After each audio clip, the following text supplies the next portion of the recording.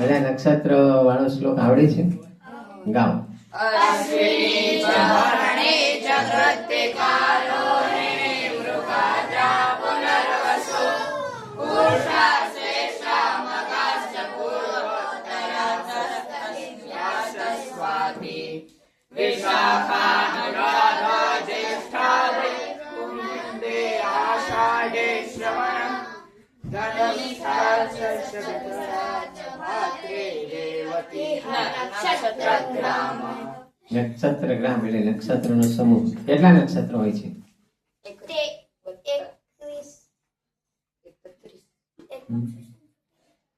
27 નક્ષત્ર હોય. તમે ગણશો ને લાઈનમાં તો અશ્વિની ચાલુ કરી દે. અશ્વિની પછી કૃતિકા, રોહિણી, મૃગશીર્ષ અને આર્દ્રા એ બે ભેગું સંધિથી છે. પછી પુનર્વસુ, પૂષા, આશ્લેષા.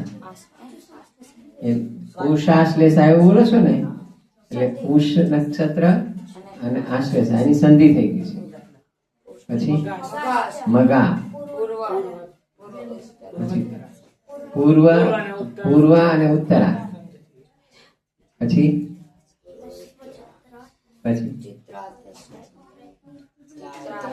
ચિત્રા, સ્વાતિ, વિશાખા, અનુરાધા, જ્યેષ્ઠા, મૂળ. વય એટલે વચ્ચે શબ્દ મૂકે એમ. ચ એટલે કેમ આને થાય એમ. મૂળ એટલે મૂળ નક્ષત્ર. પછી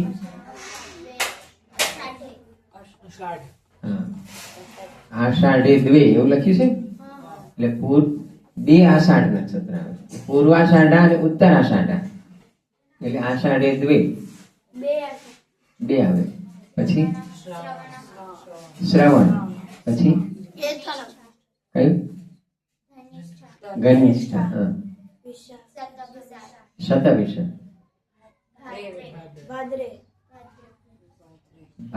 ભાદ્રપદ, રેવતી, બસ રેવતી સુધી. અશ્વિન થી માંડીને રેવતી. જોરદાર આવડી ગયું. મને નહીં આવડતું.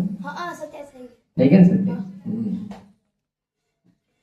આજે ભડવી છે શ્રાવણ શુક્લા સપ્તમી. સ્વાતિનો જો યોગ. બહોળા નીર ને અન્ન ઘણા.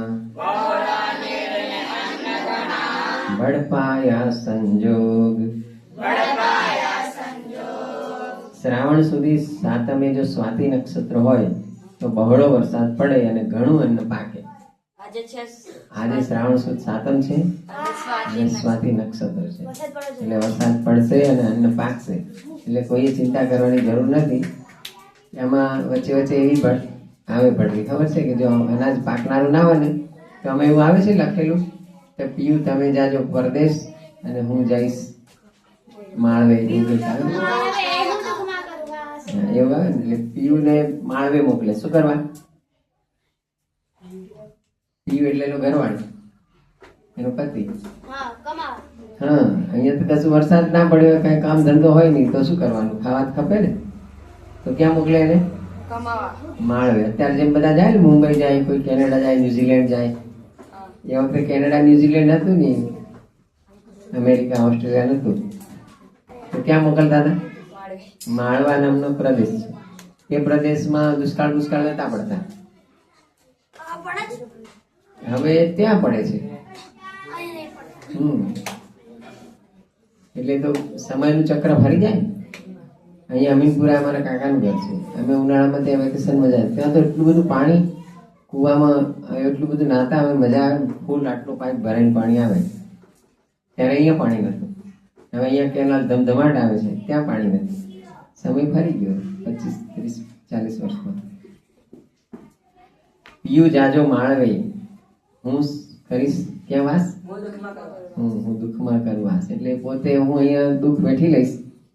પહેલાના જમાનામાં એવું હતું કે સ્ત્રીઓ તો કમાવા નથી જતી એમ. પછી ઘરે ભડલી એટલે કોઈ ભરવાડ હતો એવું પણ લખાણ છે, અથવા અથવા હવે એ વાર્તા એવું એ ભરતી કદાચ ભરવાડે લખી હોય પણ પોતે સ્ત્રી રૂપમાં લખી હોય એવું બને ને. એટલે કવિતા બનાવતી વખતે એને એવી કલ્પના કરી છે કે એક સ્ત્રી એના પતિને એવું કહે છે, એવું કરીને પણ લખી શકે ને કવિતા. કવિતા કોઈ પણ રીતે લખાય, પુરુષ હોય સ્ત્રી રૂપે લખી શકે, સ્ત્રી હોય પુરુષ રૂપે લખી શકે, એવું બની શકે ને. મેરે તો ગિરધર ગોપાલ, મીરાબાઈએ બધા ભજનો લખ્યા. એને કૃષ્ણ ભગવાનને પોતાના પતિ માને અને એવી રીતે બધી કવિતાઓ ભજનો લખ્યા છે ને.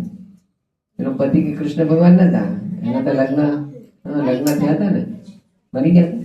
હા, એ બની ગયા પણ એ પતિ તરીકે કૃષ્ણ જ માનતી હતી. એટલે એવી રીતે કવિતાઓ લખેલી હોઈ શકે એવું બને.